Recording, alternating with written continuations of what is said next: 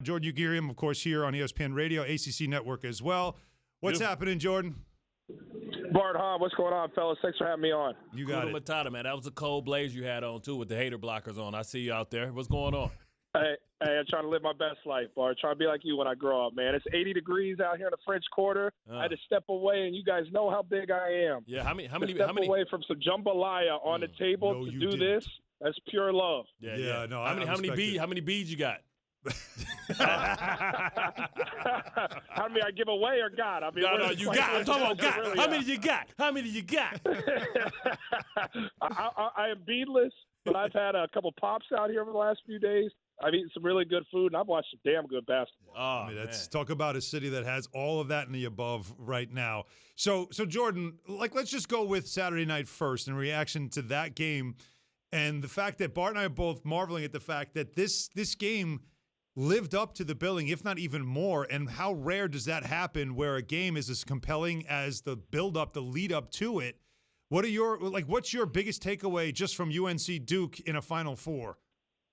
Well, I was fearful. I was thinking back to, when they first got together, Mayweather and Pacquiao, and there was all that hype, and everybody was like, I got to get pay-per-view. I got to be in front of the TV. I got to watch this fight. And it wasn't going to deliver the fireworks we thought. It was a couple of tacticians. It was kind of ho-hum. And by the time it was over, it's like, what were we really so hyped for? These two are kind of past their prime. It didn't deliver a moment. What a waste of all that energy and buildup. And I had a fear that was going to happen with Duke and Carolina. And I feared it for the sport. I feared it for that conference, ACC, that I cover passionately because it's taken its hits. And we all know when Duke and Carolina are operating at a high level, the sport thrives, the conference thrives, and it's looked at a totally different perspective.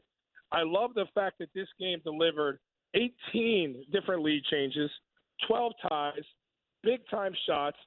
In like all great memorable games, you had a benchmark moment with Caleb Love banging down that three, and the Hollywood ending we thought we were going to get, it totally veered the other way. Ended up being the first-year Coach Hubert Davis winning again against Coach K, and ending another part of Coach K's career, this time it being his actual career. It was incredible to watch and be on hand for. You know what they say, for something to live, something has to die. So as Coach K's career dies, you look at Hubert Davis and how his career can be springboarded into legendary status by winning in his first season. And it was long overdue. He was a very worthy assistant, should have been a head coach a long time ago. But, what was the difference in this game? Because when you look at the first matchup, it kind of went that way. Duke had all the emotion. They came in, and they were able to, I think, stand the game with effort. But, at the end of the day, did the better team win? And if this team played 10 times, would North Carolina win 9 out of the 10 times? And what's the three-point shooting the difference? Yeah, Bart, I'd have to say Carolina would win a lion's share of the matchups, at least the majority that plays in their favor, because of the moments that they stepped up and done it against Duke. I mean, you're talking about going into Cameron and Coach K's last game at Cameron and all those Duke guys in the building, anyone you can think of, that felt like a national championship. I got to clear my throat, man. It's been a long few days. That felt like a national championship, and yet Carolina gets it done there, so people feel like it's fluky, but then they go and do it in a Final Four game to get them to the chip. And it's like this team is ready for the moment. They've got it going on right now, and it's because of the fearlessness of their guards.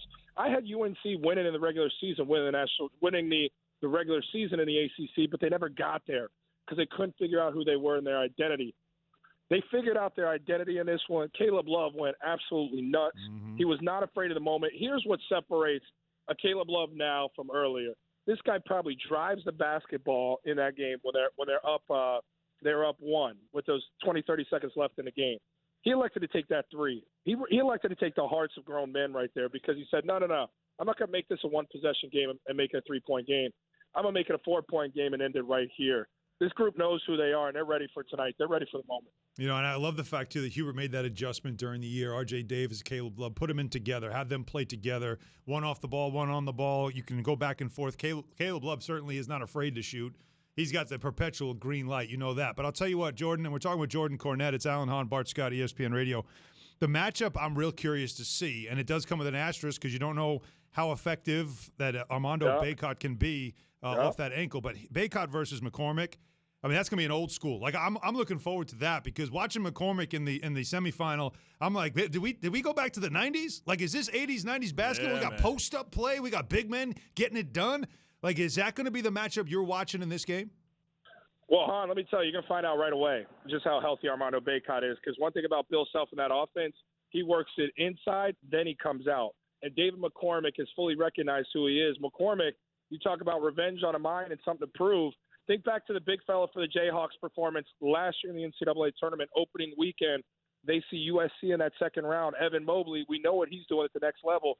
Absolutely took McCormick's lunch in that game. This was a USC team that routed Kansas. McCormick had 5 points in that game. And a lot of people are looking at him like, I thought you were the man. I thought you were this McDonald's All-American in the face of a program.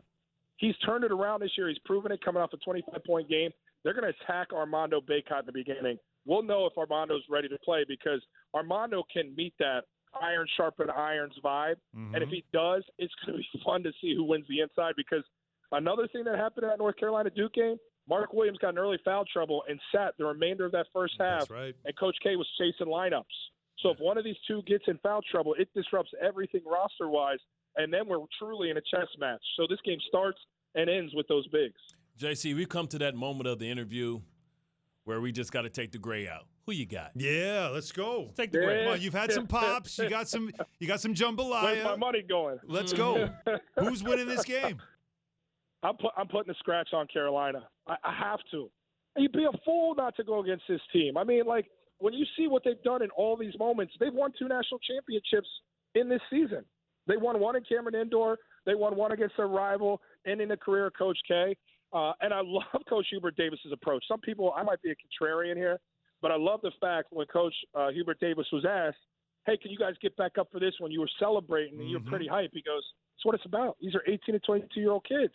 They'll be ready for the moment. They always have. I trust them. I want them to celebrate, flush it out, and we'll be ready for Monday. You don't need to get up for a national championship. I like the mentality. Yeah. These dudes are coming into this thing. They're just hooping, and they don't feel like it's a big stage. I'm as confident as Carolina as I am, and Hannah laughed about this one, as I am that Giannis is the best player on the planet. Oh, man. See, that's an inside joke. That's an inside joke. I had to do it to you. Jordan was on First Take. Yeah. And he's spewing this blasphemy about how Giannis is the best player in the world. And I had to I know he's on the air, and I'm texting him like, hang on a second. I saw him with the hoodie. Before Shea jumps on him. That's that Bart Scott look. I want the hoodie and the blazer. That's that Bart Scott. We call that thug casual. But I will say this, though. Jordan. I do look at it as house money for Carolina, almost like pressure. Yes. Like you won the game you had to win. Like you knew you had to get that game. Now it's like, all right, no pressure. Let's go. While Kansas is feeling like we have a chance to win a national championship. I almost feel like it's dialed up for Kansas more than it is for North Carolina, although both obviously still trying to get that win. Hey, great to talk to you, my man. Thanks so much. Guys, great to talk with you. Thanks for having me on. Enjoy the game tonight. It's the last one. I feel like they're going to punctuate this season in a special way. Yeah, freeze me a po' boy and send it to me, man. I'll let you. Please do. I got you.